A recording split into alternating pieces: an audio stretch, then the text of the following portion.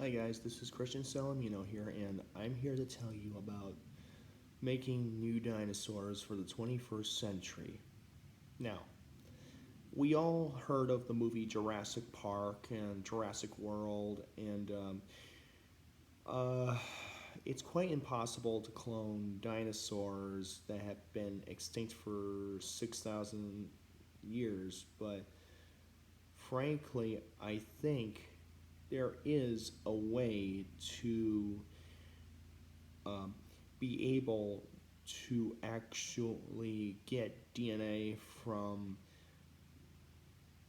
a stem cell from a reptile that loses the stem cell from its tail, like alligators do, and crocodiles, and so on.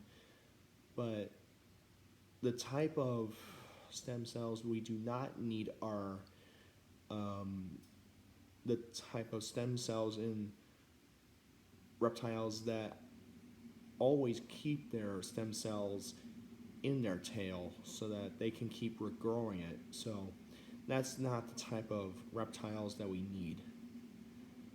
So, what I'm here to talk to you about today is that, like Jack Horner from the museum from the Rockies of Bozeman, Montana, I too want to make a dinosaur, and by looking at different types of birds, we can, however, probably change up the DNA system and probably make new types of DNA to actually be able to print it out by using some type of DNA printer, and we can actually be able to um, maybe inject a stem cell from a alligator's tail and be able to inject that stem cell into the tail of a bird embryo, and then we could actually give other genes according to the science to actually make the bird have hands or be bipedal or quadrupedal. It all depends on how you want to make the dinosaur. But as we all do know, dinosaurs have lived for 6,000 years, and they're not millions of years old, they're thousands of years old. And we need to make our own dinosaurs rather than clone them because the fact is that finding the right DNA inside a dinosaur leg bone, like a nucleus or something like that, the nucleus is completely destroyed from the dinosaur's genome of its bone in its DNA, and it's just not worth it. So, frankly, I think in a lot of time to come, and with enough money, we can actually probably make dinosaurs that have never ever existed, like Jack Horner's project, like the Chickenosaurus, which I call the Gallus which is appropriately known as the chicken lizard. But we, I think, we can, however, make our own dinosaurs if we can actually make enough time and effort to put our mind to it and our confidence into how these new dinosaurs can behave and not actually see them behave like they did in the movies of Jurassic Park or anything like that. Because cloning dinosaurs from ancient DNA is going to be totally impossible. Like I mentioned before, the DNA is so deteriorated it can't be used.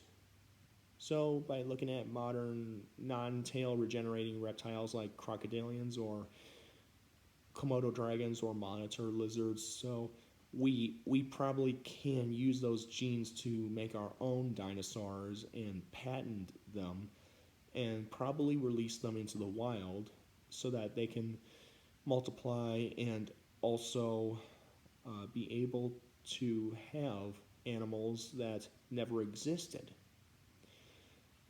I think it's quite a commonly good idea to actually not go too far with the project and not be able to uh, not to be able to be crazy with the idea. Birds of prey, for instance, are carnivores. Omnivorous birds eat both plants, eggs, meat, and plant-eating birds are actually herbivorous. There's no sense of changing the diet uh, as long as we do the science right and we do the research as being projected as necessary, we can actually do it. I think it's quite possible that we can use bird genomes to research with and use a type of genome from non-tail regenerating reptiles to actually get a new dinosaur. So if we wanted to have scales, we can add skin cells from reptiles to give them scaly, bumpy skin, or protofeathers like many other dinosaurs had found in China, like in Liaoning, or specifically, we can, however, be able to do something like that. Because feathers and scaly skin found in reptiles, the scales found in reptiles are made of the same proteins as keratin, that substance that forms our fingernail and our thumbnail and toenails. And feathers are basically made of the same proteins. So it's quite common to my knowledge that dinosaurs and birds aren't directly related. They just seem like they are very much likely similar animals, but they're just not related. But I think we can do it. It's all a matter of timing and the right amount of money that we need to actually do it. This is Christian Salamino. I hope you enjoyed this video on how to make a dinosaur properly, and I'll see you in the next video.